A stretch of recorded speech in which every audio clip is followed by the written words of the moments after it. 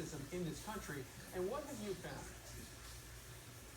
Well, the Democratic Party has actually been the party of not only racism, but also of slavery. The Democrats defended slavery in the 19th century.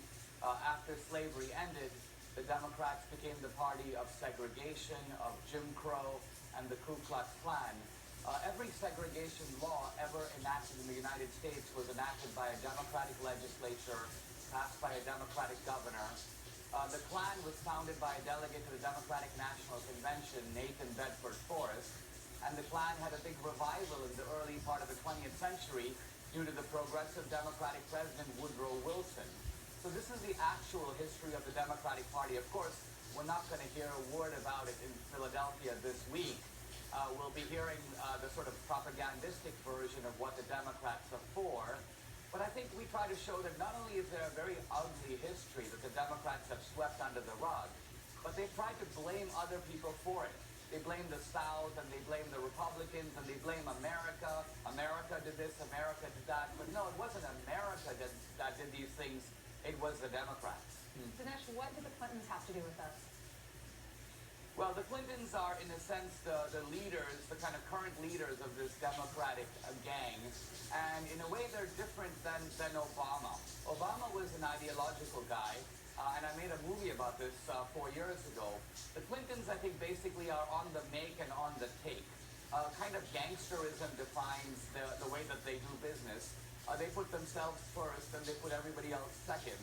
And so we show the rackets of the Clintons, beginning with the Arkansas days, continuing in the White House where they were renting out the Lincoln bedroom, selling pardons to big-time criminals. And then when Hillary was Secretary of State, the way that they converted foreign policy even into cash for themselves and their foundation. We've had corruption at the local level in politics before, Tammany Hall in New York, the Daily rackets in Chicago, but no one has ever before figured out how to take this to the national and even the global level. The Clintons are sort of in a league of their own. Indeed. You're actually in the movie. There's some parts where you're in jail. People may forget, but you wound up in trouble over campaign donations. Yeah, I exceeded the campaign finance limit, a technical violation, and normally this is not prosecuted as a crime, but the Obama administration went after me hammer and tong. Hey, by the way, if I had during this process decided to expunge evidence or delete my emails while the FBI was investigating my case, I probably would be doing this very interview from maximum security prison. Good point. Dinesh, you said that Hillary Clinton has no problem with Bill cheating, but what does she have a problem with? Well, the thing about Hillary is that she discovered early on that she didn't have by herself the political skills to get as far as she has. Bill did. And so she needed to figure out a way to glue Bill to her permanently.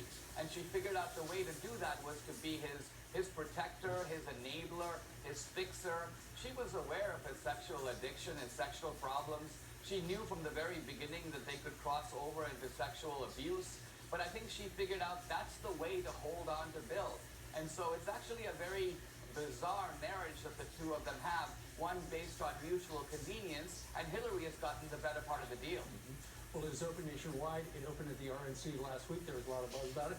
Dinesh D'Souza's Hillary's America, The Secret History of the Democratic Party.